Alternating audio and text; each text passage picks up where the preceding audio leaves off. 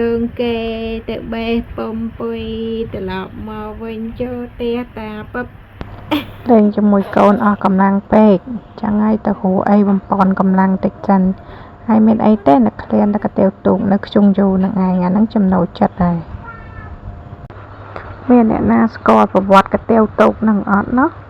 ចង់ដឹងថាហេតុអីបានគេដាក់ឈ្មោះកាទៀវទូកបើញ៉ាំនៅលើកោកញ៉ាំនៅលើចានតោះណាហើយដល់ពេលដាក់ឈ្មោះគ្នាកាទៀវទូកអញ្ចឹងមានន័យថាម៉េចទៅចាំមើលចូល YouTube ស្វែងរកប្រវត្តិកាទៀវទូកនឹងមើលវាមានដំណើរនិទានយ៉ាងណាទៅហើយត្រូវអាដែលអ្នកមនុស្សនេះចូលចិត្តញ៉ាំកាទៀវទូកទៀតហើយមានណាពណ៌សបល់ដូចមិនគួរឲ្យជាក់សោះទឹកខ្មៅដូចភក់តែរសជាតិអូយលំដាប់ចូលចិត្តញ៉ាំតាំងពីគេដាក់លក់កាទៀវទូកថ្ងៃណាមកគឺមិនដែលចោលទេហើយបើថា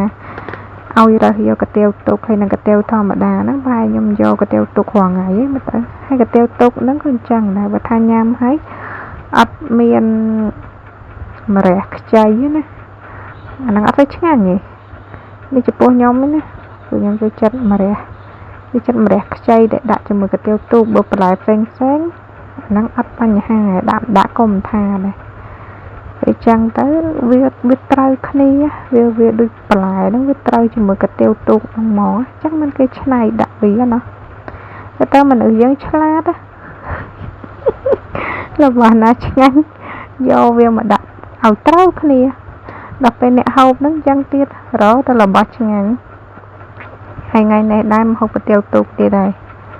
វិលកាទៀវទូកតែមិនទៅទេនិយាយតែវិលតែការពិតមិនចឹងទេមួយខែពីរខែអីហ្នឹងហូបម្ដងព្រោះរបស់អាហ្នឹងយើងហូបច្រើនក៏មិនកើតដែរវាឡើងជាតិអាស៊ីតឡើងជាតិខ្លាញ់អីចឹងណាអញ្ចឹងទៅយើងហូបចន្លោះថ្ងៃគ្នាទៅថ្ងៃណាទៅយើងហូបអានេះថ្ងៃខ្លះទៅយើងហូបអានោះអញ្ចឹងទៅប៉ុន្តែថ្ងៃនេះអត់ស្រួលខ្លួនវាហាងដូចធីងថងមើលទៅមុខមាត់ក៏ដឹងថាអ្នកជំងឺដែរនេះហាងស្លេកខ្លាំងអង្គុយហូបនឹងអត់មានរសជាតិទេថ្មីត្បិតតែរបស់ដែលចូលចិត្តប៉ុន្តែហូបវាអត់មានរសជាតិដាបហ្នឹងវាអត់ឲ្យឆ្ងាញ់តែប្តីហៅមកឲ្យគេចេះតែហូបទៅហើយអ្នកហៅហ្នឹងអត់ហូបទេអ្នកហៅហ្នឹងអង្គុយមើលទូរស័ព្ទធម្មតាមកនាំប្រពន្ធមកហូបអីនៅខ្ញុំយូរ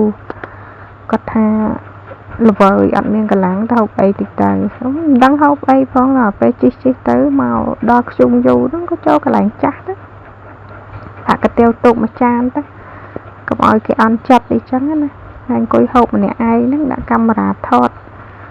មានខ្វល់អីទេកាយញ័រហ្នឹងទៅឲ្យតែពេញពោះត្រឡប់មកផ្ទះវិញហើយនិយាយពីខ្ជុំយូរថ្ងៃនេះថ្ងៃហ្នឹងថ្ងៃមិនថ្ងៃសៅរ៍អាទិត្យមិនថ្ងៃបន់ណាដល់ពេលចឹងទៅស្ងប់ស្ងាត់មិនសូវមានមនុស្សទេ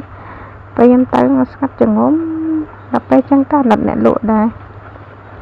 ដោយថាការរស់ស៊ីវាមានតែប៉ុណ្្នឹងឯងមានថ្ងៃដាច់និងថ្ងៃមិនដាច់ទេយើង